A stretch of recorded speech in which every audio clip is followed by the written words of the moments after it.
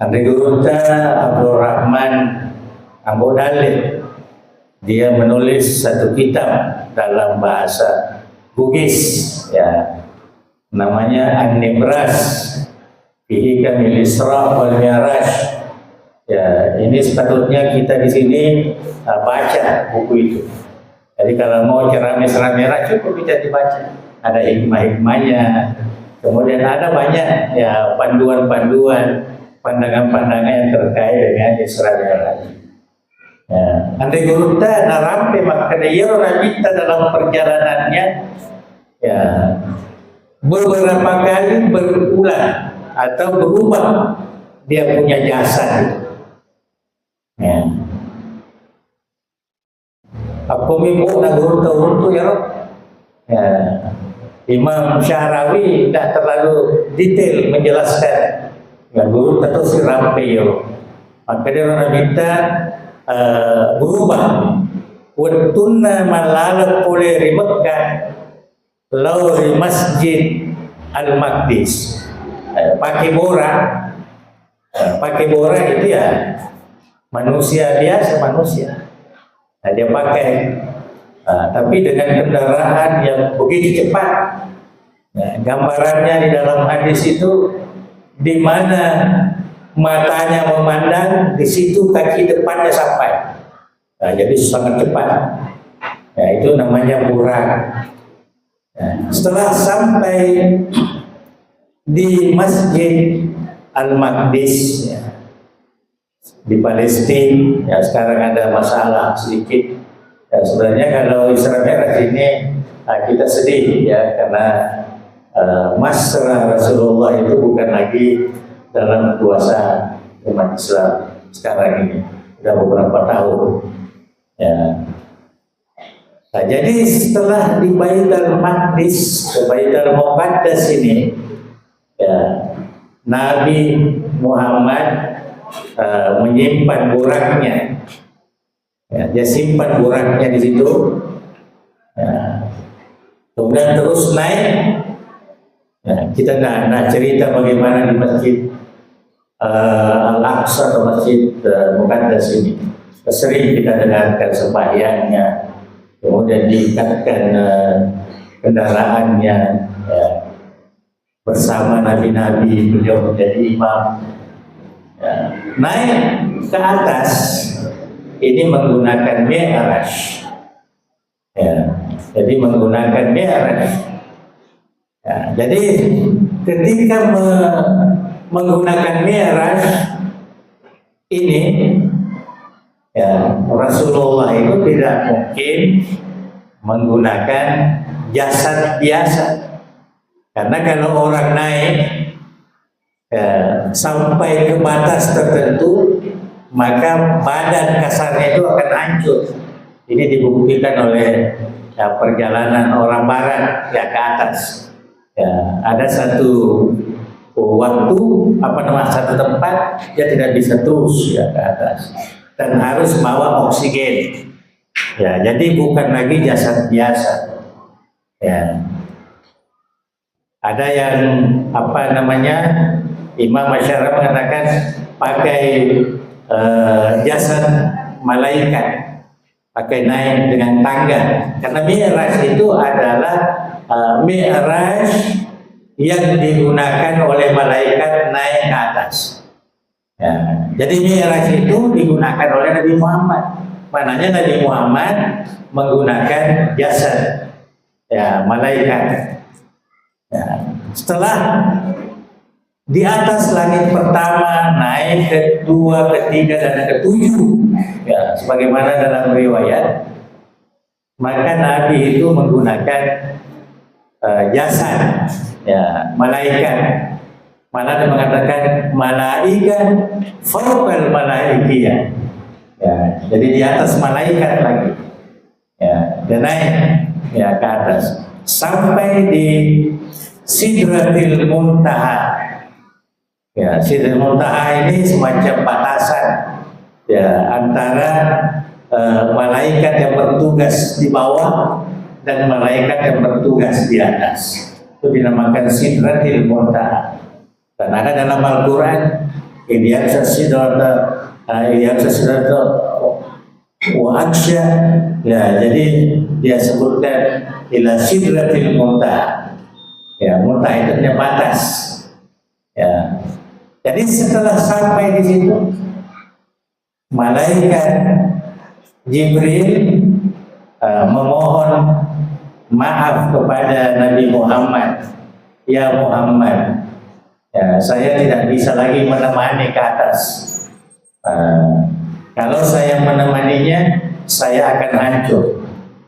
Kalau saya naik di atas lebih daripada Sidratil Muntaha, maka saya hancur.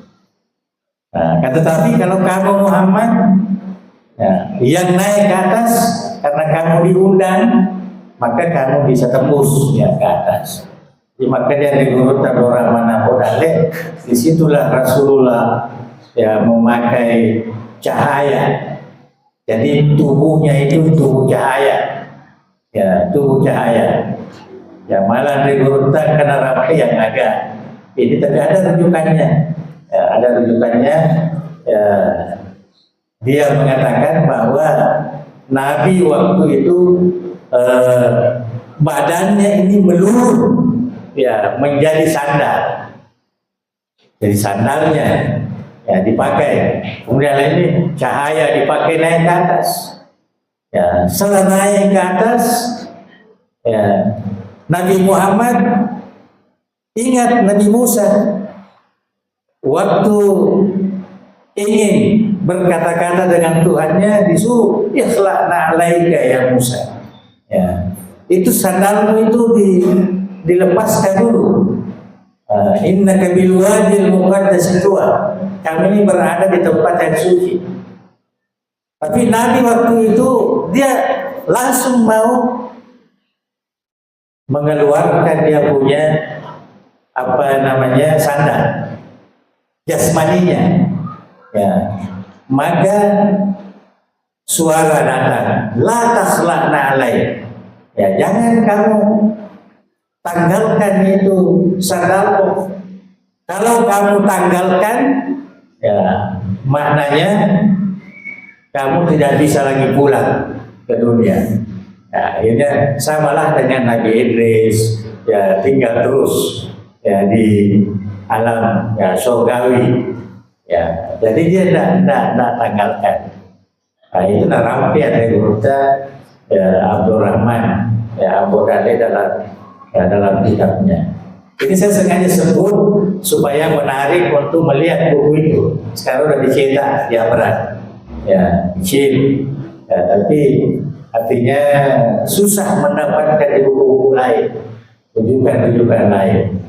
Dan tapi disebut Burda, cuma kalau kita cari buku-buku itu sudah tidak dicetak lagi sekarang ini. Ya rujukan lama yang tidak lagi populer, jadi rujukan sekarang ini. Nah, jadi itu sampai di atasnya Sidratil Muntaha.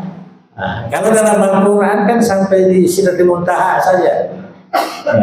Tapi kalau di dalam hadis Andri Guru tanda sampai ke mustawan. Ya, sampai ke mustawan namanya. Mustawan itu artinya dalam bahasa Bugis alam pada-padai. Nah, tidak ada lagi di atas, tidak ada lagi di bawah, tidak ada lagi kiri kanan, muka depan dada. Alam pada-padai. Nah, jadi Nabi itu berada di alam mustawa, maknanya berada di alam bukan di atas, bukan di bawah, ya bukan di kiri kanan, muka depan. Itu alam mustawa. Ya, menurut ya rujukan ulama tasawuf itu disitulah Rasulullah Sallallahu Alaihi Wasallam ya diundang masuk di sebuah yang disebut sebagai tempat sebagai raf-raf namanya, ya sebagai raf-raf. Nah, terus masuk di situ raf-raf itu semacam tempat sujud. Maka Nabi terus sujud, at-tahiyatul mubarakatus salawatut thayyibatu lillah. Seperti yang kita baca dalam tahiyat itu. Kemudian datang suara, Assalamu alaika ayyuhan nabi wa rahmatullahi wa barakatuh. Nabi mengatakan, jangan cuma saya yang selamat, umatku juga. Dia sebut Assalamu alaina wa ala ibadillahi sholihin. Itulah yang dikekalkan menjadi bacaan yang yang wajib kita baca. Mazhab Imam Syafi'i, ya, kalau kita tahiyat yang terakhir, ya, kita mesti baca dengan salawat yang terakhir. Jadi di situ yang dibaca. Jadi itu kekal. Nah, itu sebabnya dalam hadis Rasulullah, ya, hadis ini ya, ada mengatakan hadis hasan, tapi hadis masyhur. Ya, di kalangan ulama ahli sunnah, as-salatu mi'rajul mu'minin. Ya, diambil dari bacaan yang atau zikir yang kita sebutkan tadi. At-tahiyyatul mubarakatus salawatut thayyibatul. Terus suara datang, Assalamu alaika ayyuhan nabi wa rahmatullahi wa barakatuh. Nabi menyambung, Assalamu alaina wa ala ibadillahi sholihin. Baru disambung dengan salawat Ibrahimiyah. Jadi itu sedikit, ya, gambaran perjalanan. Ya, kalau kita lihat gambaran perjalanan ini, tidak mungkin, ya, sedikit masa yang dipakai. Ya, karena Nabi kita Sallallahu Alaihi Wasallam, nah, kalau kita lihat riwayat-riwayat hadis itu banyak sekali berjumpa dengan tanda-tanda umur dunia, berjumpa dengan setan, berjumpa dengan apalagi dengan malaikat. Jadi artinya kalau dari sudut sejarah ini memerlukan waktu. Ya, tetapi saya katakan tadi ini adalah mukjizat. Ya, satu kemukjizatan, keluar biasaan yang wujud pada diri Rasulullah yang tidak ada, ya, Nabi seperti itu. Ya, jadi satu keistimewaan, ya, satu kelebihan. Ya, satu kelebihan.